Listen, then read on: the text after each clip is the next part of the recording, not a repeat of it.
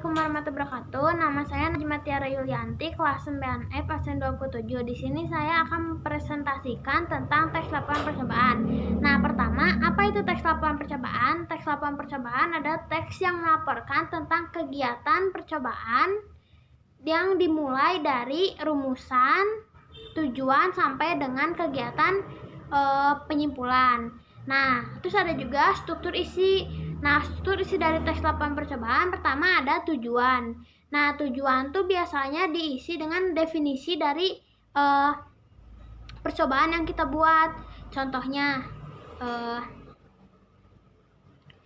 hukum Archimedes. Nah, biasanya tujuan tuh berisi apa itu hukum Archimedes. Nah, setelah itu ada alat dan bahan. Alat dan bahan ini tuh buat kita melakukan percobaan. Alat dan bahannya apa aja sih? Sudah kayak gitu ada langkah-langkahnya. Nah, langkah-langkah kita ngebuat percobaan itu gimana? Dari awal, setelah itu, kemudian. Nah, itu masuk ke langkah-langkah.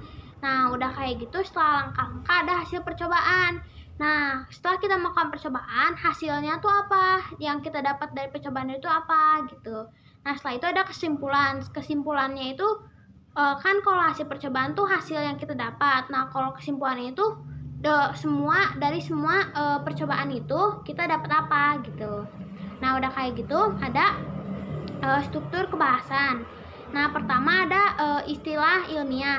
Nah, istilah ilmiah tuh istilah yang udah melakukan percobaan, kayak bukan percobaan. Istilah ilmiah tuh yang udah pas ke kaidah ilmu pengetahuan. Nah, contohnya fermentasi. Nah, itu tuh kok udah diuji coba gitu. Nah, udah diuji coba, jadi ada kata fermentasi. Nah, itu masuk ke istilah ilmiah. Terus ada juga kata kerja tindakan. Nah, kata kerja tindakan ini tuh kata kerja yang mengekspresikan atau menyatakan tindakan. Nah, setelah kata kerja tindakan ada kata-kata yang menggambarkan benda-benda, lingkungan, hewan. Nah, itu masuk ke dalam kata benda.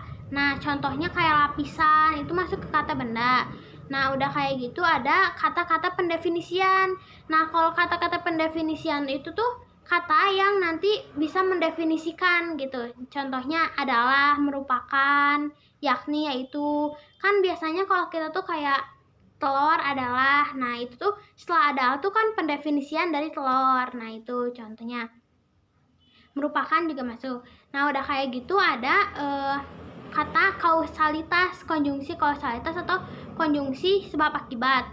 Nah, ini tuh ada kata penghubung sebab akibat.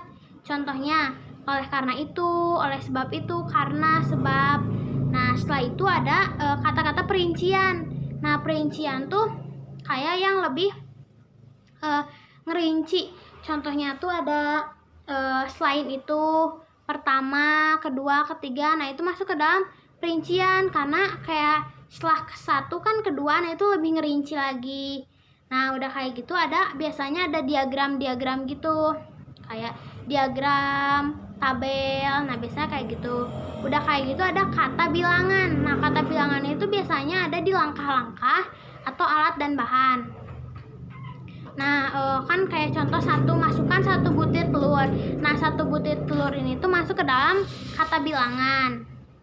Nah, setelah itu ada struktur dari teks laporan percobaan ini. Strukturnya tuh ada laporan umum, ada pernyataan umum sama uraian. Nah, pernyataan umum tuh berisi tentang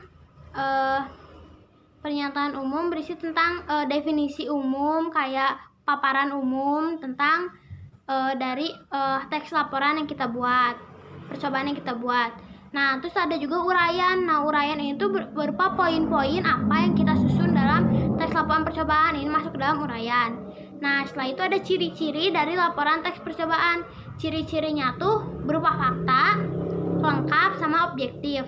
Nah, berupa fakta tuh maksudnya tuh jadi kita nggak berupa opini kita, sesuai dengan apa yang kita yang kita uji coba, kayak maksudnya teh ya berupa fakta lah, jangan ada mungkin gini-gini. Nah, itu udah masuk ke dalam opini kita atau ragu-ragu kitanya. Nah, udah kayak itu ada lengkap. Nah, lengkap di sini tuh kan sesuai dengan struktur isinya. Kayak yang tadi tujuan, alat dan bahan, langkah-langkah, terus hasil percobaan, kesimpulan. Nah, itu udah masuk ke lengkapnya. Jadi pembacanya mengerti apa yang kita susun di laporan teks percobaan itu. Nah, udah kayak gitu ada objektif. Nah, objektif itu kan kita ngelakuin teks laporan percobaan, lakuin percobaannya. Nah, kita objektif ngelihat dari percobaan yang kita lakukan itu tuh gimana gitu loh. Nah, udah kayak gitu. Nah, itu tuh nggak boleh ditambahin atau nggak boleh dikurangin. Nah, udah kayak gitu ada fungsinya. Fungsinya tuh ada informatif. Nah, informatif tuh kayak kita ngebagi pengetahuan apa yang kita lakuin, yang kita hasil percobaannya tuh kita bagiin gitu, informasi kan buat yang lain. Terus ada juga buat bukti. Nah, kayak kita butuh bukti apa gitu, ini tuh ini tuh bisa kayak gini nggak sih? Nah, kita ngebuktiin bisa atau enggak gitu. Terus udah kayak gitu bisa buat dokumentasi. Dokumentasi itu kayak pengumpulan data gitu. Jadi kita bisa ngumpulin data, ini kita butuh data ini. Nah, itu kita buat teks laporan percobaan, kita lakukan percobaannya. Nah, nanti hasilnya itu kan bisa jadi dokumentasi pengumpulan data. Nah, setelah itu ada pengumpulan data, ada juga itu pertanggungjawaban. Nah, pertanggungjawaban ini tuh kayak kita nyusun teks laporan percobaan itu harus kita harus tanggung jawab juga. Nah, kenapa ini bisa jadi gini, ini bisa jadi gini, kita harus tanggung jawab bener atau enggak.